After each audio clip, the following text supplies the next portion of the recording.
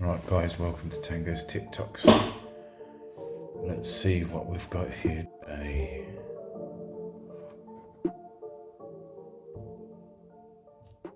This is all the news you're not going to see on TV today, but it's going to be simplified in 60 seconds. Scientists are now revealing the bizarre radio signal that traveled 200 million miles to reach Earth.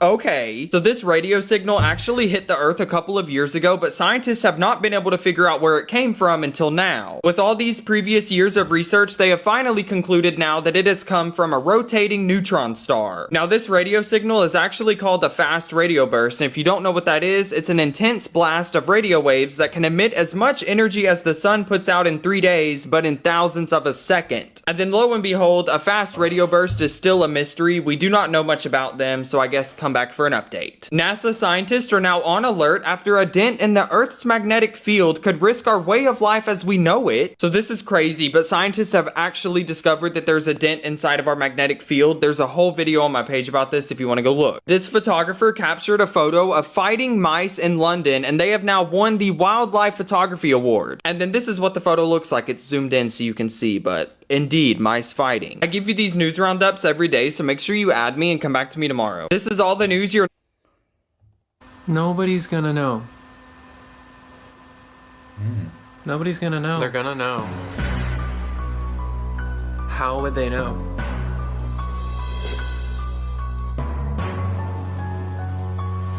How would they know? How would they know? I can't. I can't. Oh my god! Oh my god, I can't believe that Cat Williams just exposed the real meaning of transgender. And yet no one else is talking about this video? Why? Probably because they're gonna kick me off of TikTok for even showing you this. And even though 99% of you won't be able to stomach it, I have to show you. And if you think this is bad, I don't even want you to see what's in my TikTok subscription. Now I'm gonna show you, just please let me explain. I mean, Cat Williams is a very famous comedian. He's been doing this for a very long time. Now, Cat Williams has gotten a lot of backlash, especially because he speaks his mind. He's more about the truth. So when he went on Joe Rogan's podcast, he sat there and exposed the true definition of what transgender means. And if they lied to us about this, what else do you think they lied to us about? So 20 years ago, I knew that transgenders was going to be a thing. The earliest I had seen that word transgender was Baphomet, the transgender. In the ritual of Baphomet, the transgender, to show allegiance to him, you had to kiss his ass ring. Really? And it said both of those things, so I knew that both of those things would become popular. Oh my god, I can't believe that. What if I told you oil isn't a fossil fuel? Think about it. They've hammered into our heads for decades that oil is running out. It's just like how they always say public space tourism is just around the corner. But has it ever actually happened? Nope. Just like the oil running out, it never happens. Now here's the crazy part. Oil is the second most abundant liquid on Earth, second only to water. Yet they've got you believing it's this rare, precious resource born out of millions of years of decaying dinosaurs and ancient forests. Sounds cool, right? But it's a lie. Old movies, cartoons, they all played their part. You see a character striking oil, jumping up and down, screaming, "We're rich," like they just discovered buried treasure.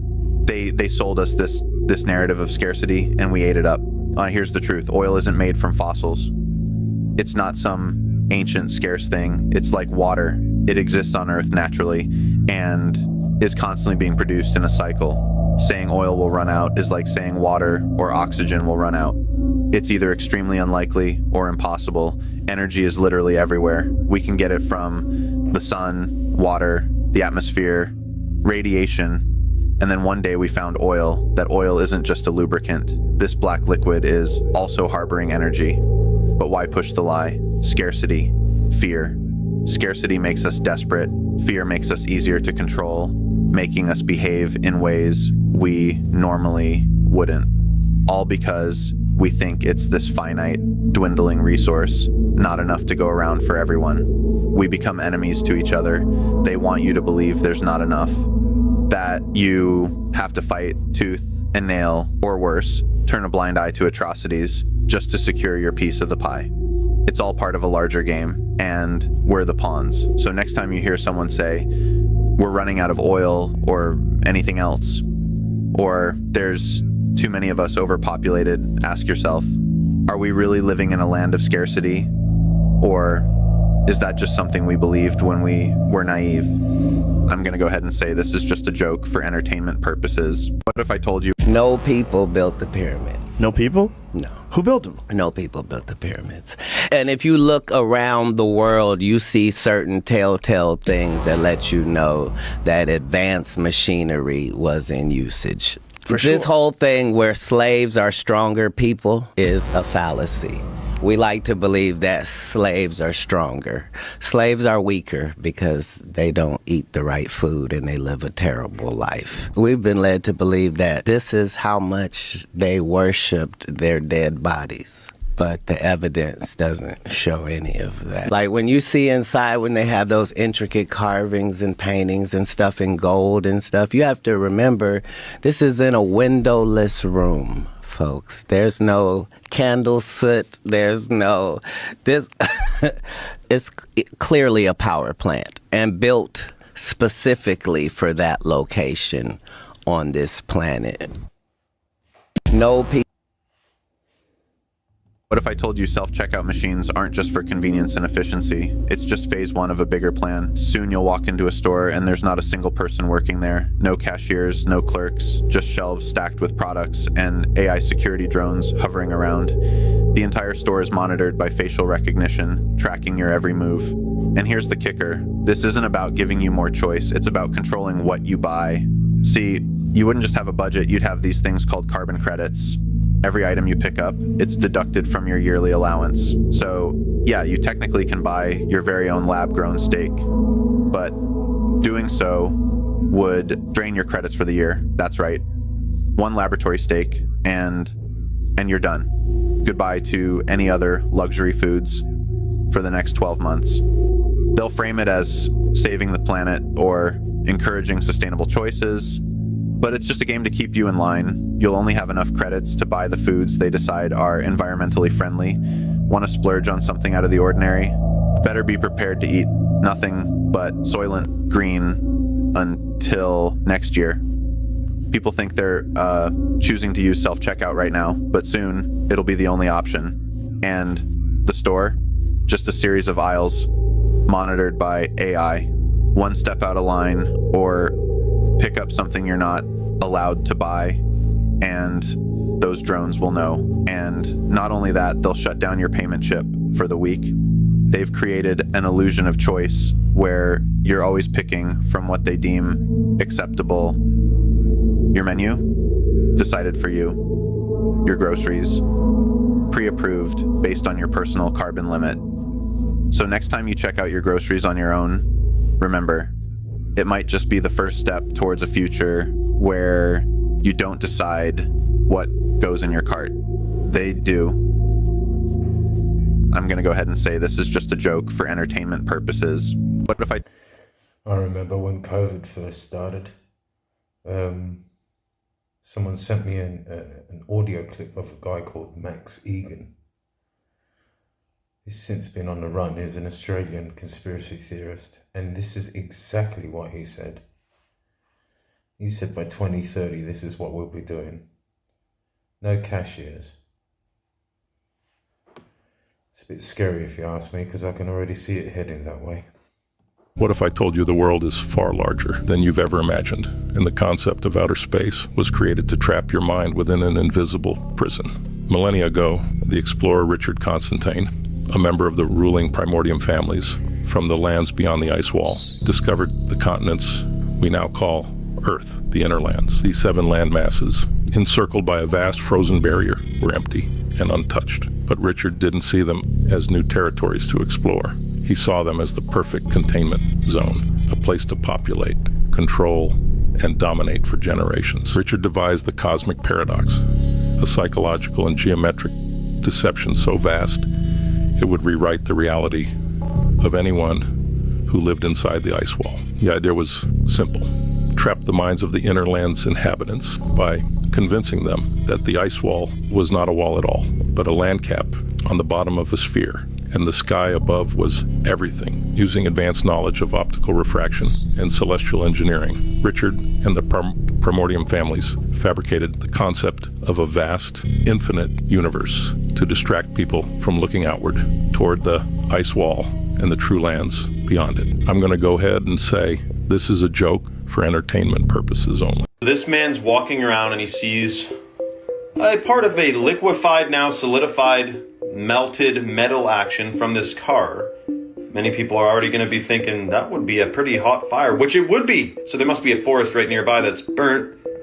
Oh, not really. Now, in this book, Where Did the Towers Go? There was a parking lot, and it was, they called the Toasted Car Park, because almost every single car in this parking lot got toasted. And it was near the towers, makes you wonder. But the strange thing is that you'd have images like this, where the outside of the car is toasted, the paint is melted off, but inside plastic and vinyl still is intact. Same thing with this, toasted exterior, but unburnt upholstery, unburnt seatbelt, plastic molding. And it's all about the strangeness of what happened to some of these cars on 9/11. Makes you wonder. So this man's walking. I noticed that when you're too friendly, too kind, and too social, people start showing you disrespect. They take your kindness for weakness and think they can walk all over you. People start underestimating you, thinking you're soft just because you're a good person. But the moment they push you too far, they're going to see a whole different side of you, a side they ain't ready for. If you're always being nice, always doing things for them, they'll keep expecting it. And eventually, they'll think they can take advantage of you, run over your shoes like you ain't even there. That's when you got to step up. You got to step up and show them a side they've never seen before. Just because you're nice, just because you're showing love, doesn't mean you got to tolerate their BS. Matter of fact, that saying, treat people the way you want to be treated, is BS. I can give you mad respect, show you love all the time, but if I don't get that respect back, I ain't obligated to keep being nice. Some people don't deserve your kindness, some people deserve to be checked, and some people, they got to learn the hard way what respect really means. So remember, just because you got a good heart doesn't mean you got to take. I noticed that when you're too friendly. Old world technologies, such as bells, which would send out resonant frequencies into the community beyond. So many photos of bells being rounded up all over Europe. We're living in a time where we're waking up to what we so recently had. Organ is a healing machine. That's why it was integral to the construction of ancient Gothic cathedrals, was the centerpiece. Now, around the building, up, down, around, beneath, you had pipes and essentially speakers. They placed these beautiful organs under these stained glass windows, which were treated with lead and specific properties. And these, they work like car speakers. They augment the resonance and the sound out into the ether outside, so everyone outside in the community is invigorated, is on a higher state of consciousness, literally being the best they can. And you can see it in the pictures of these people in the day. Everyone is healthy. Live, authentic pipe organ performance will tell you your bones rattle, your organs start to respond, your hairs on the back of your neck stand up. Sit there and saturate in the healing frequencies yourself. Cathedrals are something beyond just a center for worship. They are healing machines. And the pipe organ of the cathedral is just one tiny little finger of this whole realm that we're talking about. You've got star forts, which I call a gateway topic because the same structure exists all over the earth, have been given to us as fortifications that were built for these different wars, which made them military targets, and they have an excuse for why it was destroyed. If you look at photos of even the buildings that still exist of the old world, they always give a backstory for why they took them down, but it's just curious why so many towers are missing now. And so Pioneer Square is one of those examples.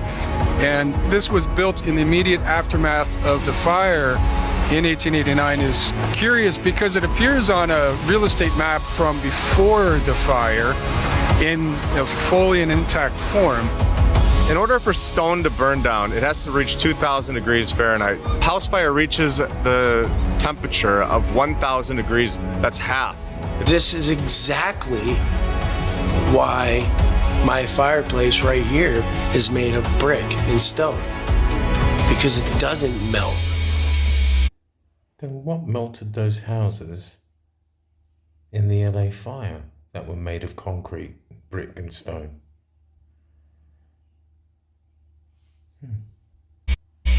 Forest fires are going to be melting brick and stone. Use your head, guys. As they are busy dismantling it in the 3D reality that we experience, it was part of a program to dismantle the old world. Old world technologies.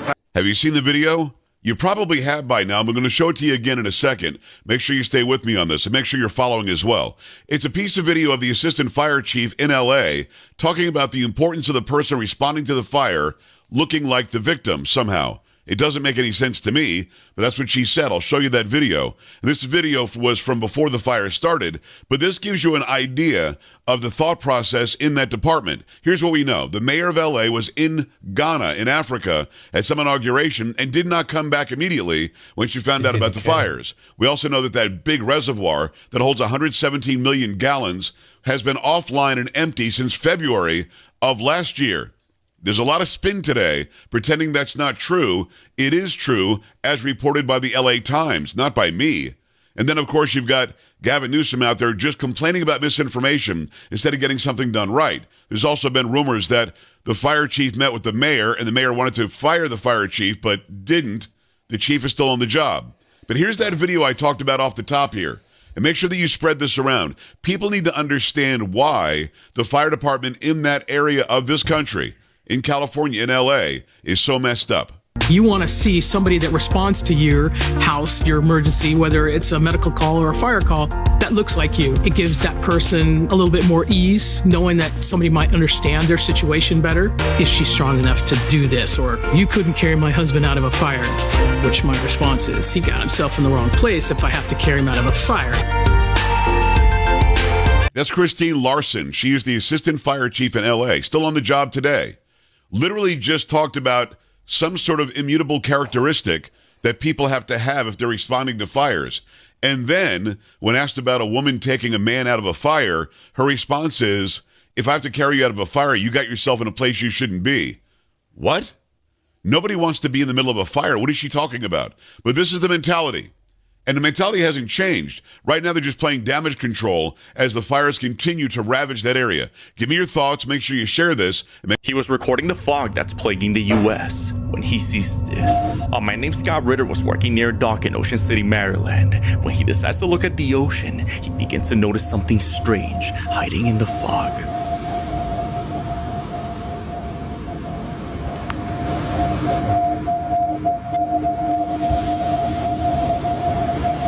Working his job. I came out on the deck to look at the ocean, and I saw this semicircle of lights that keeps flicking on and off. What the f is that?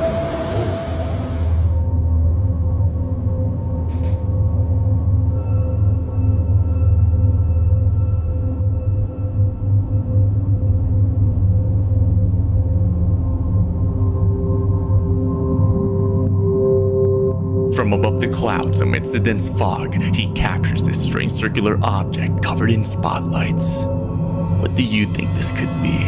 He was recording the fog. Is unreal. Yeah, definitely. And yeah, and you were talking about that, and there you go. You go across the street and you just, right there. Those are the ones that you're talking about. Those are the seaside homes that are off of Malibu, and they're just, all of them just are gone. Just one after another, leveled. And of course, I'm also kind of wondering, I know this kind of goes down to another different rabbit hole, but, I've heard in the past that they weren't going to allow construction there anymore, and now that these homes are gone, are they never coming back? It's just more questions than answers right now. But you can see how they're total destruction, and then there's a group of homes that are just fine. It doesn't make sense, so much right? Of that in all the various communities. Of course, I'm also kind of wondering, I know this kind of goes down to another different rabbit hole, but, I've heard in the past that they weren't going to allow construction there anymore, and now that these homes are gone, are they never coming back? It's just more questions than answers right now.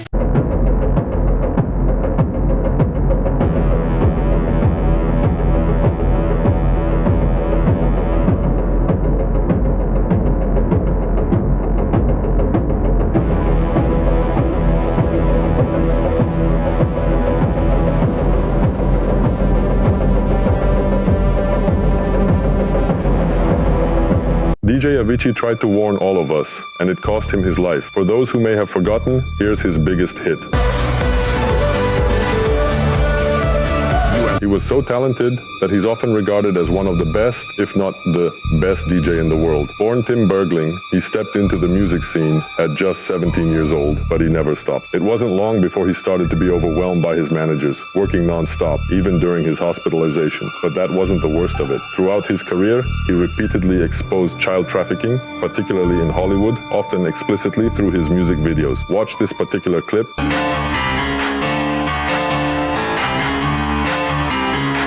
Quickly becomes clear who he was targeting. Then, in March 2018, just a month before his death, the track Dun Diddy leaked. Even footage from his studio session surfaced. When you listen to the lyrics, there's little room for doubt. He tried everything to warn us, but we didn't see it. Anyway, let me know in the comments if you think I'm crazy.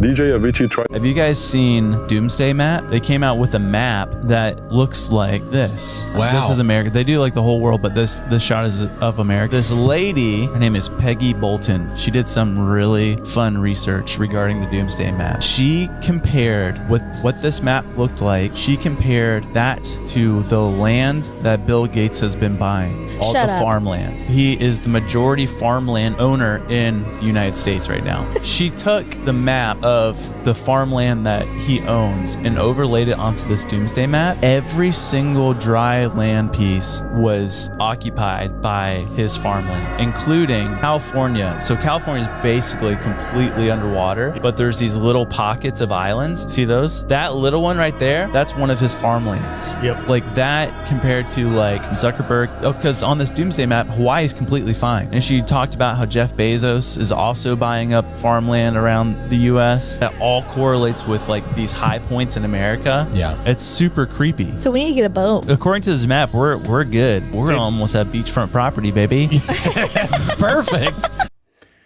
Yeah, Tool said it best in Enema from 1997, from their Enema album 1997, Learn to Swim. They said California's going to go under. Learn to swim. They must have known that something. That's the second time they're right. Well, the first time was California, but the second time was the COVID jab with their album Fear Inoculum. Do they know something?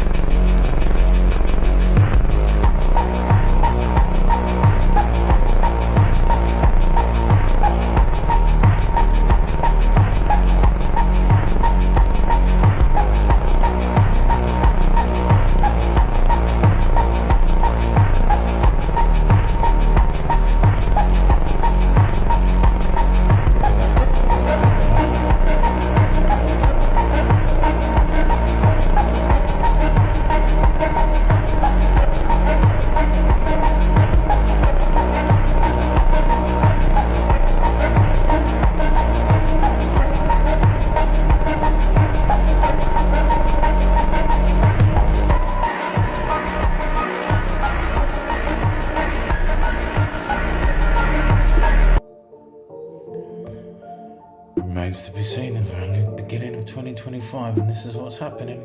Anyway, this was Tango's TikToks. I hope you liked today's video. Please like and subscribe and share. Let me know what you thought. Let me know where you're from down in the comments. And have an amazing evening. Bye.